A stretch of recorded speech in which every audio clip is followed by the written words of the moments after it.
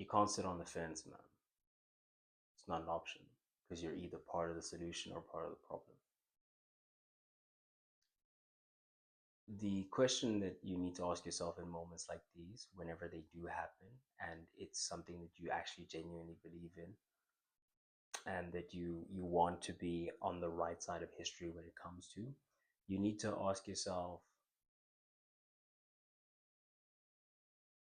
who do you want to be? How do you want to look back on situations like this and say that you did? You need to ask yourself what you're doing in this generation's issues. Because if you think about what the people who came before us, our ancestors, went through, and you think about the problems that they faced and the things that they did to stand up to it, it wasn't easy at that time. They were regular people who went out, protested, showed up in the way that they could. Regular people like me and you, regular people using whatever platforms they may have to speak out on certain subjects, so that the people looking up to them may know that these things matter. So I'm coming as a regular person, as a young man. I'm South African, lived in South Africa my whole life, Xhosa. Um, yeah, CEO entrepreneur born in 2004, or Amoyi. And as such, as that CEO entrepreneur born in 2004, um, with like, I've been an athlete, I've been so many things. And I say that to say, I know that there are a lot of kids that look up to me. I know that there are a lot of kids that watch this very channel. And I know that because my little brother gets approached all the time, like, oh, I saw you in you're in one of the videos, right? Ah, it's so cool. Is that your brother? Oh, okay, cool. I see kids like recognize me, high school kids, younger kids, like just very impressionable young men. Um, that, like, not to say that I'm intentionally anyone's role model, or that that was the scope of what I was doing. However, I knew that it would be a part of the mission, which is just to sculpt the future, in a sense, to shape the minds of young men in the right direction. Because if there's so much that is just fluff and nonsensical and not going to get them anywhere, then there has to be an equal opposite effect within our regions, within South Africa. That was a very big part of why I knew I had to do what I had to do, when it comes to this channel. And so here I am making a stand in what little ways I can, the old black shutting down the business for the day and not even discussing and processing a single sale. Like, I don't want anything to do with that right now, because there's a bigger issue to be focused on. There was already a video queued up that was going to be launching today, and I put that off. That's going to come out on Monday now, because this needs to happen. This needs to come through. This is the main thing that we need to focus on right now, you know, at very least for a day. And hopefully the ripple effect of this day goes on and lasts for an eternity. And so I say all those things to say, it is our duty as younger men to not sit on the fence. It's our duty as men that, again, the teenage kids, I'm 21, the teenage kids like see me at like, wow, this guy's like peak uh formative age, not like peak age, but he, like, this guy's getting started, and what you do then determines where you take it, type energy. And they look at you as a benchmark of like, okay, what can I do right now? What should I be building up towards being able to do at that point? It's that kind of thing. Like, oh, that guy's so cool. Now, if you're gonna be cooler than the cause, then that's what you're teaching the kids. But if you're gonna be on the right side of history in these moments and take stands, use your platform, talk about these things, then you allow them to find that within themselves and realize that, oh, no one's bigger than the whole. Uh, Man, with this, let's talk about my history with it, my understanding of it, and what leads me to be so outspoken about this matter. Well, I can't say I have an extensive family history with gender-based violence. Um, that may not necessarily be true, but I know of people who've seen it a lot more than I have, growing up. And within my own household, I mean, my parents are married, still together, all that good stuff. They got married when my youngest sister was born, and it's been a great example of how to, instead of how not to. But there have been examples of how not to, and I think usually, in my experience, the closer you get to the poverty line, the more these things are public, the more public you'll see it. Not it happens more often the closer to the no, but the more public it'll be.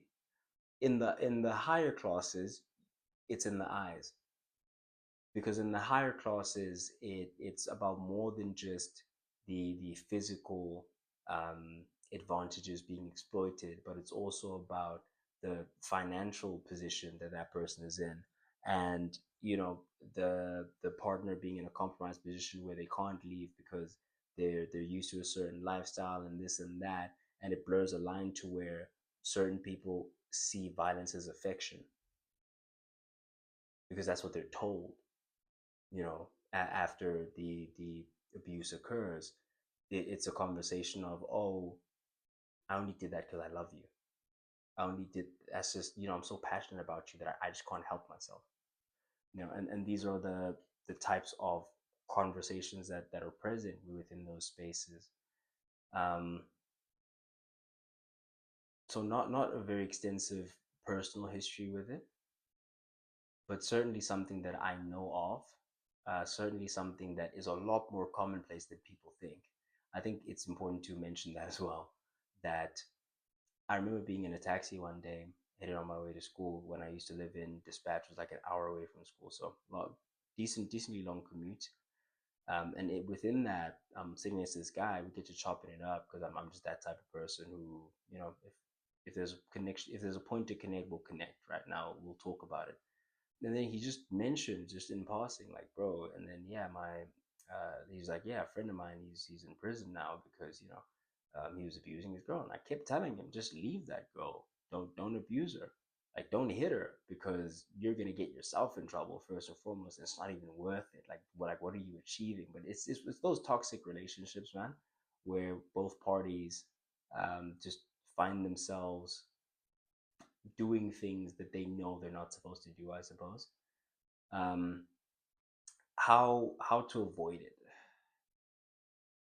I'm really just going off the top of my head. I'm going from the heart, and just really trying to, again, speak on it, shine light on it, and then let's actually talk about what it is, how it occurs, and how to avoid it. How to avoid it, for me, in my mind, it will be mate selection. It will be the discipline of knowing exactly who you want to be and what you want in your life, what you don't want in your life, and the type of person that you want in your life, regardless of how beautiful they may be. If they are exhibiting certain traits that you dislike viscerally, and that certain things they do just makes your blood boil, leave, because those are the situations that turn into those violent situations. I think another thing that makes this topic so okay, let's talk more about the mate selection, and then we'll talk about me again. Mate selection, just pick people that you respect. Don't be with someone if you don't respect them. Don't be with someone if you don't care for them, like truly care for them. um yeah, if there's even a chance that you could harm the person, then I would say work on yourself first, before you engage in any sort of relationship like that. Now, why the topic matters to me? Well, I talked about that respect element, right? And I've always, bro, my from age 0 to 4, my great grandmom and my grandmom raised me. From there, it would be my mom when she came home. It would be like, and I grew up with like all my cousins around, mostly female cousins. It was like, I think two male cousins that I was with most of the time. From ages, man, there was a stint there from 4 to 7 where I lived with my dad, and then from 7 to about 15, I mostly lived with females, period. I mostly lived with like fantastic women who just taught me how to behave, taught me life, made sure that I didn't get hurt. My older cousin came to live with us for a while, and she taught me a lot about like, hey, avoid this, avoid that. This leads you to this, that leads you to that. And so I've always just had this immense, deep-seated respect and love for women because they've been there when no one else was, and that unconditional love, that you feel is like nothing else, you know. So I think finding that within yourself will put you in positions where you have no choice but to respect women because they've always just been beacons of hope and love and warmth, and safety. If that hasn't been the case for you, then I would suggest either finding that or working on the fact that you can't find that, as in within yourself. Um, and to my younger audiences, they mostly watch the shorts. They don't really watch the long stuff, so that's why I can get a bit more graphic, but I don't want to get into it too deeply because, although I do say on YouTube this is not made for kids on every single video, I'm sure I'm sure it's not age restricted exactly as well. So they do find themselves watching these longer form stuff. If they ever do, then well, this is for you. Or if you're watching this as a teen, if you're watching this as a fellow young man who perhaps struggles with certain things, I'll say this, and this is God's honest truth. I'm not perfect. No one's perfect. I'm sure I've said things to harm women. I've done things to harm women. I've, thought but didn't act on things. Um, no one's really perfect, and it's not that there's anything wrong with you if you find yourself in those situations, but it's about being better than yesterday every single day incrementally, and it's about realizing why certain actions are wrong, why certain thoughts are wrong, fixing fixing it from the ground up. We always talk about the Trinity here. We talk about thought, speech, action. If you can get your mind right, then you can start talking right. I'm someone who watches a lot of stand-up comedy, right? So it's very there's a fine line between a joke, a good joke, that is smart, integral, whatever, and just crossing lines. You need to know your audience. You need to know, there's so much context, and that's what makes it difficult to speak about certain things. But the main point about this, and the reason for making this video, is you don't want to be caught up on the wrong side of history. Period. You need to make a stance. If you were in the 19 whatevers and you had to stand up against slavery, would you? Like, how do you know you would? Well, what are you doing now? If you had to go to prison and be a political prisoner because you're fighting for the rights of your people, would you do that? Would you go to jail for 27 years? You don't know? Well, what are you doing now? How are you showing up? What are you speaking up on? How are you sacrificing to make sure that the right thing is being done? Find some answers to those questions, and just again make sure that you're on the right side of today. Never mind history for a second. Make sure you're on the right side of today and that you're doing the right thing. Fight for the things you believe in.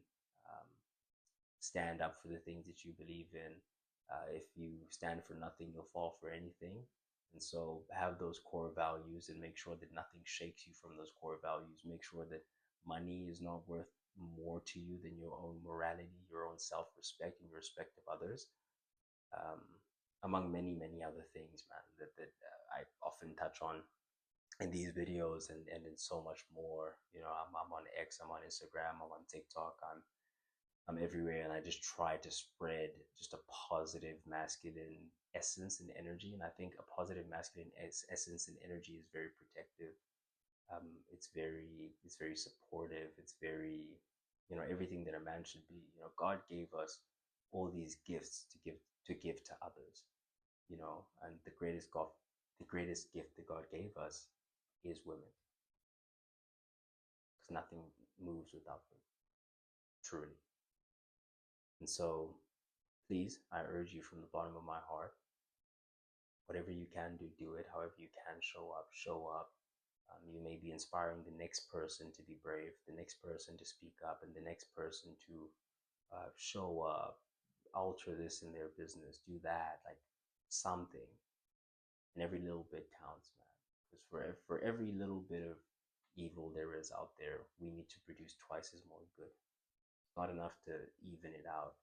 There is no getting even. We're never going to get the people that we lost in these evil tragedies back.